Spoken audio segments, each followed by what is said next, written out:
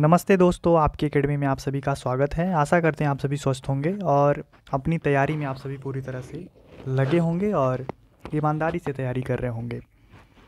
जैसा कि मैं इस समय free PYQ series unit first पर लेकर के आया हूं और ये पूरा जो पीवाईक्यू सीरीज़ है ये मैं 10 यूनिट पर करवाऊंगा, जिसमें पूरे 3600 प्रश्नों की श्रृंखला है।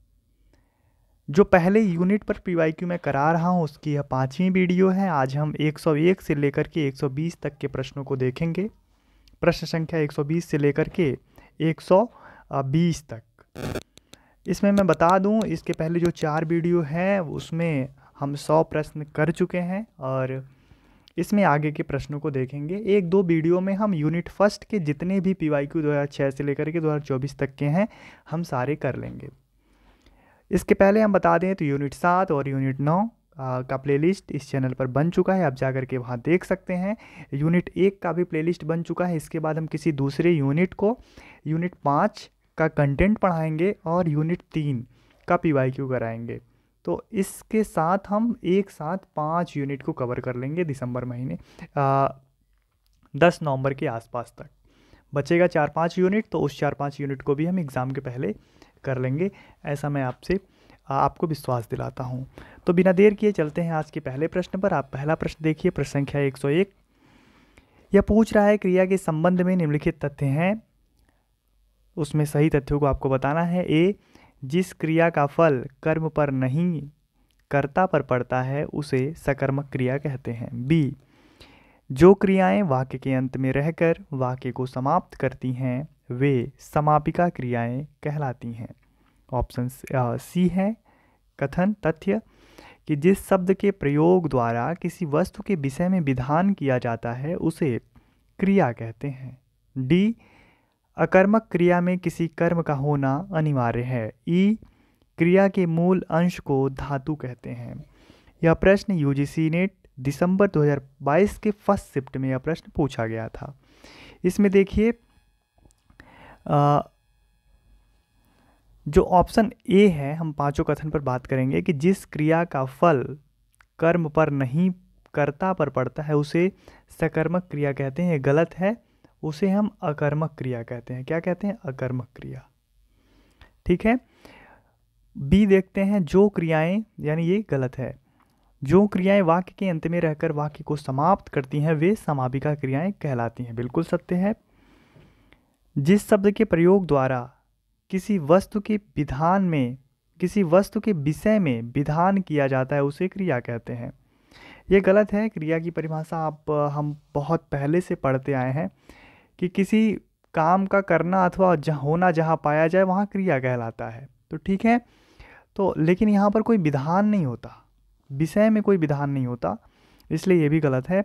डी देखिए, अकर्मक क्रिया में किसी कर्म का होना अनिवार्य है। बिल्कुल सत्य है। क्रिया के मूल अंश को धातु कहते हैं। बिल्कुल सत्य है, इसलिए इसका ऑप्शन नंबर बी सही है। बी, डी, ई इसमें सत्य है, आप देख सकते हैं। सॉरी, बी, सी, ई, मैंने सी को कुछ गलत पढ़ा क्या? सॉरी, अकर्मक क्रिया में किसी कर्म का होना अनिवार्य है, यह गलत है। अकर्मक क्रिया में ऐसा नहीं है कि उसमें कोई कर्म हो। ठीक है, इसलिए ये सत्य होगा और ये सी वाला जो है वो असत्य होगा। ठीक है, इसलिए ये असत्य होगा और ये सत्य होगा, सी वाला। तो इसमें ऑप्शन नंबर बी, सी और ई जिसमें है हम उसकी तरफ जा सकते हैं।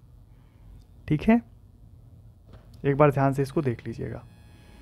अगले प्रश्न की तरफ चलते हैं। अगला प्रश्न है, समास से पूछा गया है। देखिए, एक तरफ समास, दूसरी तरफ उसके उदाहरण दिए हुए हैं।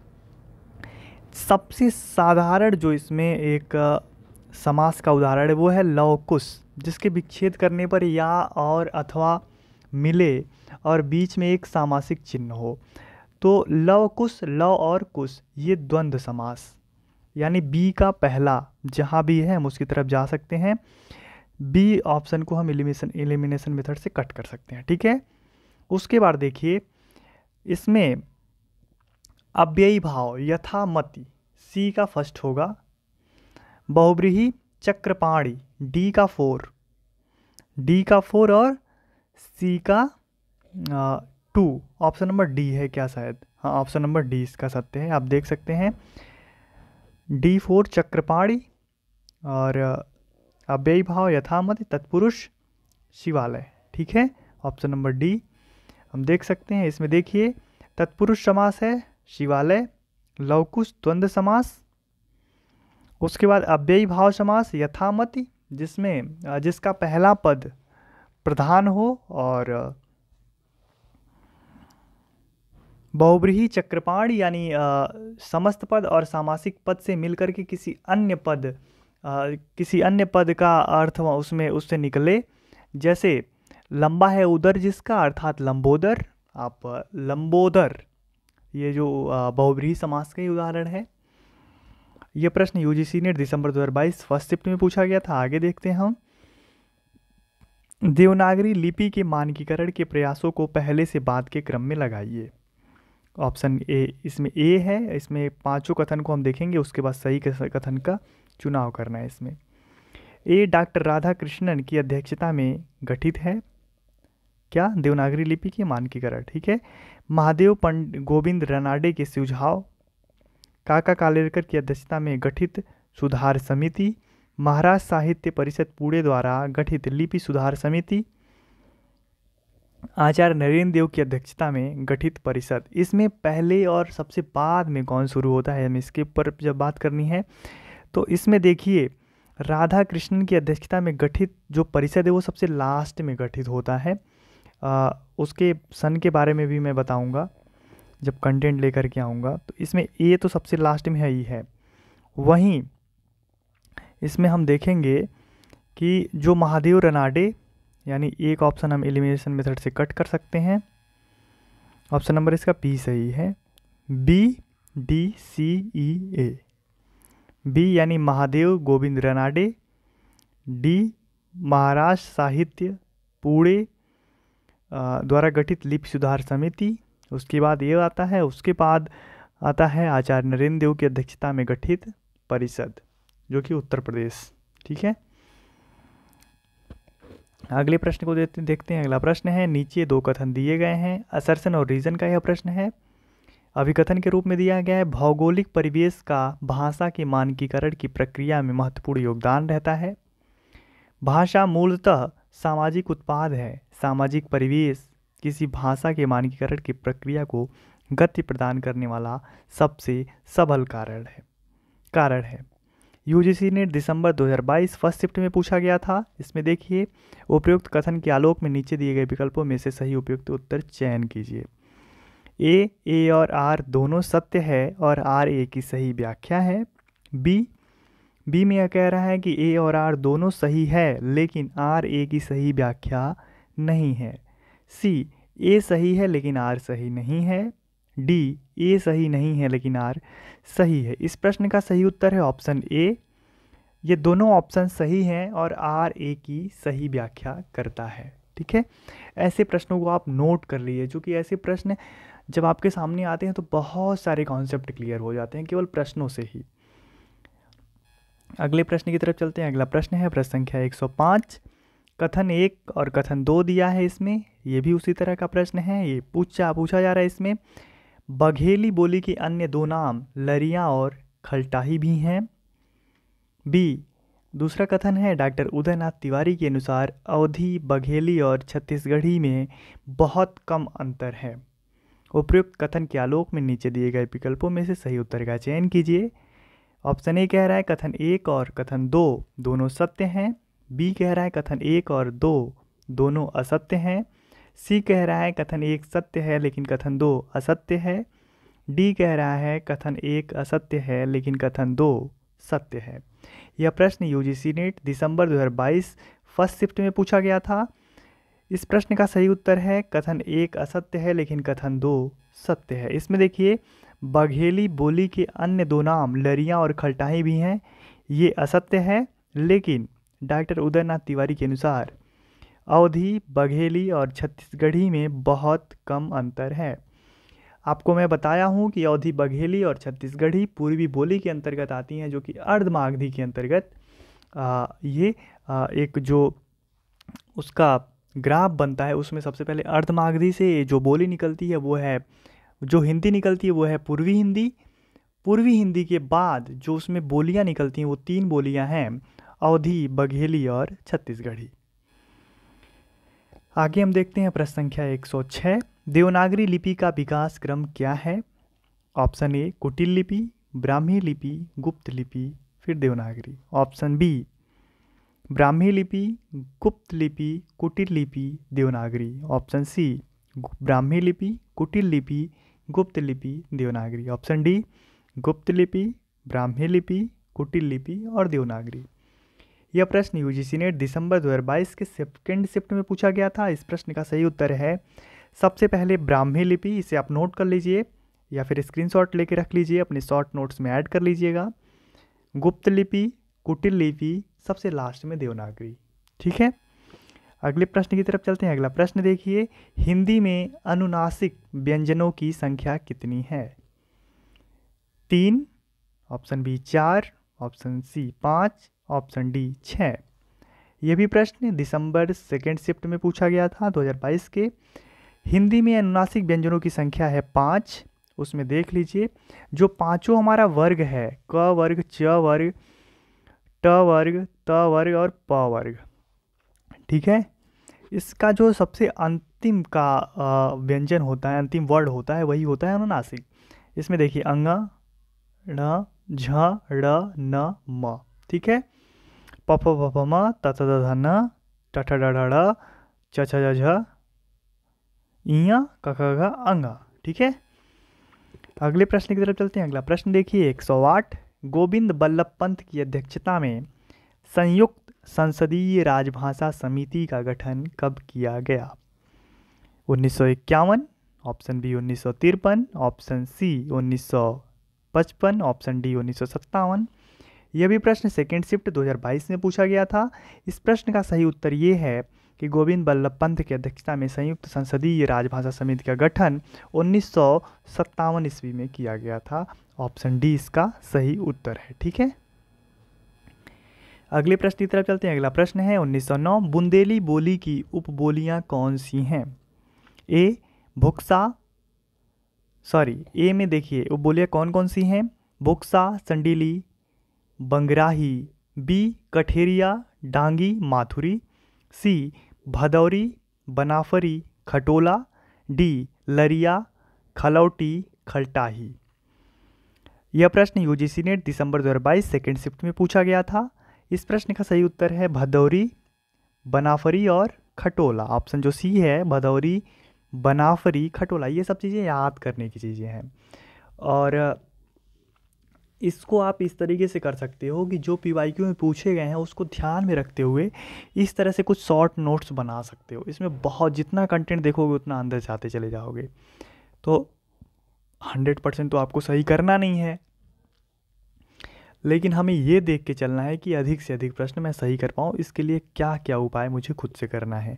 तो इसके लिए आपकी अलग अलग लोगों की अपनी अलग अलग स्ट्रेटजी होती है कि वो कम से कम याद करके कैसे अधिक से अधिक काम चला सकते हैं या फिर कैसे स्मार्ट वर्क कर सकते हैं। तो आप इसे देखिए। बाकी मैं इसका शॉर्ट नोट्स जब मैं कंटेंट पढ़ाऊँगा तो आपको दे दूँगा, जो बहुत ही महत्वपूर्ण होंगे इन सारी चीज़ों में।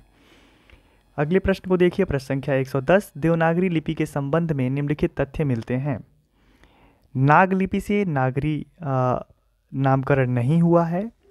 बी देवनागरी की वर्णमाला का वर्णक्रम वैज्ञानिक है। सी नगरों में प्रचलित होने से देवनागरी नाम पड़ा। डी गुजरात के नागर ब्राह्मणों के नाम पर नागरी नाम पड़ा। देवनागरी लिपि अक्षरिक नहीं है। नीचे दिए गए विकल्पों में से सही उत्तर का चयन कीजिए। यह देखिए, यह भी प्रश्न यूजीसी नेट दिसंबर 2022 के सेकंड शिफ्ट में पूछा गया था। हम इसके तथ्यों पर बात करेंगे। इसमें देखिए देवनागरी लिपि अक्षरिक नहीं है, बिल्कुल गलत। देवनागरी लिपि अक्षरिक है। इसमें देखिए नाग लिपि से नागरी नामकरण नहीं हुआ, यह भी गलत है। यानी बी सी डी आप देख लीजिए, ऑप्शन नंबर सी यानी यही है। सी का मतलब आप देख लीजिए यही सी है। बी सी डी इसका सत्य है। इसको देख लीजिए, देवनागरी की वर्णमाला का वर्णक्रम वैज्ञानिक है, बिल्कुल सत्य है। नगरों में प्रचलित होने से देवनागरी नाम पड़ा, सत्य है। गुजरात के नागर ब्राह्मणों के नाम पर नागरी नाम पड़ा। ठीक है, इसमें देख लीजिए आप सत्य क्या है। अगले प्रश्न को देखते हैं, प्रश्न संख्या 111। अवधि और ब्रज में निम्नलिखित वैषम्य मिलता है।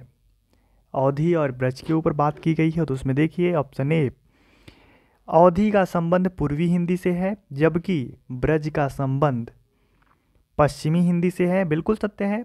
मैं बार बार कहता हूँ अवधि बघेली छत्तीसगढ़ी, यह पूर्वी हिंदी के अंतर्गत आती है।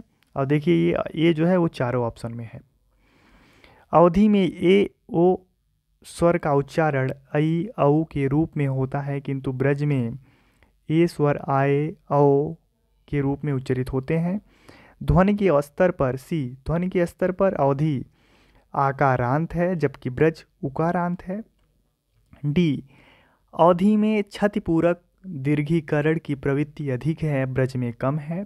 ई, अवधि में पुल्लिंग संज्ञा पदों में वा परसर्ग जोड़ने की प्रवृत्ति मिलती है जबकि ब्रज में प्रायः ऐसा नहीं होता। यह प्रश्न देखिए यूजीसी ने दिसंबर 2022 सेकेंड शिफ्ट में यह भी पूछा गया था। इस प्रश्न का सही उत्तर है option D, A B E, यानी ए बी और ई। आप इसे पढ़ लीजिए और इसमें देख लीजिए सी, ध्वनि के स्तर पर अवधि आकारांत है जबकि ब्रज उकारांत, ये गलत है। बिल्कुल इसका उल्टा कर देंगे तो ये सही हो जाएगा, यानी अवधि उकारांत है और ब्रज आकारांत है। डी, इसमें देखिए अवधि में क्षतिपूरक दीर्घीकरण की प्रवृत्ति अधिक है, ब्रज में कम है, ये भी गलत है। अगले प्रश्न की तरफ चलते हैं। अगला प्रश्न देखिए 112, सूची 1 को सूची 2 से सुमेलित कीजिए। इसमें देखिए एक तरफ उच्चारण स्थान के आधार पर नाम दिया है, दूसरी तरफ व्यंजन। मैं बोला हूं कंठ, तालव्य, तालव्य, मूर्धन्य, दंत्य, ओष्ठ। ठीक है, क वर्ग, च वर्ग, ट वर्ग, त वर्ग और प वर्ग, बस यही है। इसमें देखिए क ख घ, ये कंठ है। कंठ के बाद तालव्य आता है, तालव्य च छ ज झ, मूर्धन्य ट वर्ग होगा और उसके बाद एक जो बच रहा है वत्स्य, वत्स्य ल स न ह। इसको आप नोट कर लीजिए, महत्वपूर्ण है। इसमें देखिए कौन सा ऑप्शन सही हो रहा है, A3। इसको दोनों को कट कर दीजिए, एक से देखिए 2 कट हो गया, अगर एक आपको आ रहा है तो A3। कंठ देख लीजिए C2, ऑप्शन नंबर डी इसका सत्य है, आप यहाँ जा करके देख सकते हैं ऑप्शन डी। अगले प्रश्न की तरफ चलते हैं। अगला प्रश्न है 113। नीचे 2 कथन दिए गए हैं। कथन 1, जिस भाषा के माध्यम से राष्ट्र की अधिकांश जनता विचार विनिमय करती है वही राष्ट्रभाषा होती है।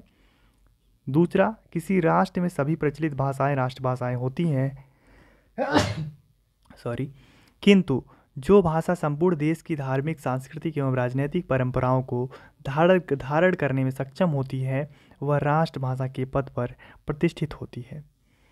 इस प्रश्न को देखिए, कथन 1 और कथन 2 दोनों सत्य हैं, सीधा पढ़ने से ही पता चल रहा है, इस पर ज़्यादा बात करने की ज़रूरत नहीं है। यह भी प्रश्न यूजीसी नेट दिसंबर 2022 सेकेंड शिफ्ट में पूछा गया था। प्रश्न 114 पे बात करते हैं हम। निम्नलिखित में से अर्ध संवृत स्वर है आ, बी, ए और ओ, सी, ए और ओ, डी, उ। ये जून 2023 फर्स्ट शिफ्ट में पूछा गया था। ए और ओ जो स्वर है वो अर्ध संवृत स्वर की श्रेणी में आता है। ठीक है, यानी देखिए ए ओ ये संवृत स्वर हैं और ये अर्ध संवृत यानी आधे हैं। ये अभी पूरे यहाँ होते हैं जाकर के, ये यहाँ पूरा होता है। इसमें देखिए उ और ए रहता ऑप्शन में तब भी ये हो जाता, लेकिन इसमें उ एक ही आ गया है। ठीक है, और अ और ए रहता तब ऐसा नहीं होता, क्योंकि अ जो है अर्ध संवृत स्वर नहीं है। ठीक है, एक ट्रिक से याद किया जाता है ये सारी चीज़ें। तो आगे देखिए प्रश्न संख्या 115, सूची 1 का सूची 2 से मिलान कीजिए। इसमें महाप्राण, मैं इसके पहले वाली वीडियो में बताया था, महाप्राण, घोष, पार्श्विक, लुंठित। इसमें महाप्राण जो है वो क्या है, जो महाप्राण को आप 2 और 5 से याद करिए। प्रत्येक वर्ग में जो दूसरा और 5वां अक्षर होता है, वर्ण होता है, वो महाप्राण की श्रेणी में आता है। तो महाप्राण यानी ए का 4, इसमें देखिए एक कट को आप कट कर सकते हैं। घोष और सघोष, अघोष और सघोष। घोष अघोष में 1 3 5 और सघोष में 2 4, यानी 1 3 और 5। क ख च छ ज, घोष बी का पहला होगा, यानी इसके ऑप्शन सी की तरफ हम जा सकते हैं। आप देख लीजिए यहाँ पर, ठीक है, यानी B1 ऑप्शन नंबर सी है। अगले प्रश्न की तरफ चलते हैं। अगला प्रश्न है, प्रश्न संख्या देखिए, इसमें और भी बताना था जो कि इसमें C1, ठीक है, पार्श्विक व्यंजन जो होता है वो होता है C2, पार्श्विक व्यंजन जो होता है वो होता है ल, वहीं लुंठित व्यंजन जो होता है वो होता है र। आप इन दोनों को जरूर कहीं नोट कर लीजिए कि पार्श्विक व्यंजन ल और लुंठित व्यंजन र। अगले प्रश्न की तरफ चलते हैं। अगला प्रश्न है देखिए 116, निम्नलिखित में से अविकारी शब्द हैं? संज्ञा, क्रिया, विशेषण, क्रिया विशेषण। अविकारी शब्द है क्रिया विशेषण, जिसमें विकार उत्पन्न नहीं किया जा सकता। यह प्रश्न भी देखिए जून 2023 फर्स्ट शिफ्ट में पूछा गया था। अगले प्रश्न को देखिए, ये समास से है। गिरधर बहुब्रीहि समास का उदाहरण है, बिल्कुल सत्य है।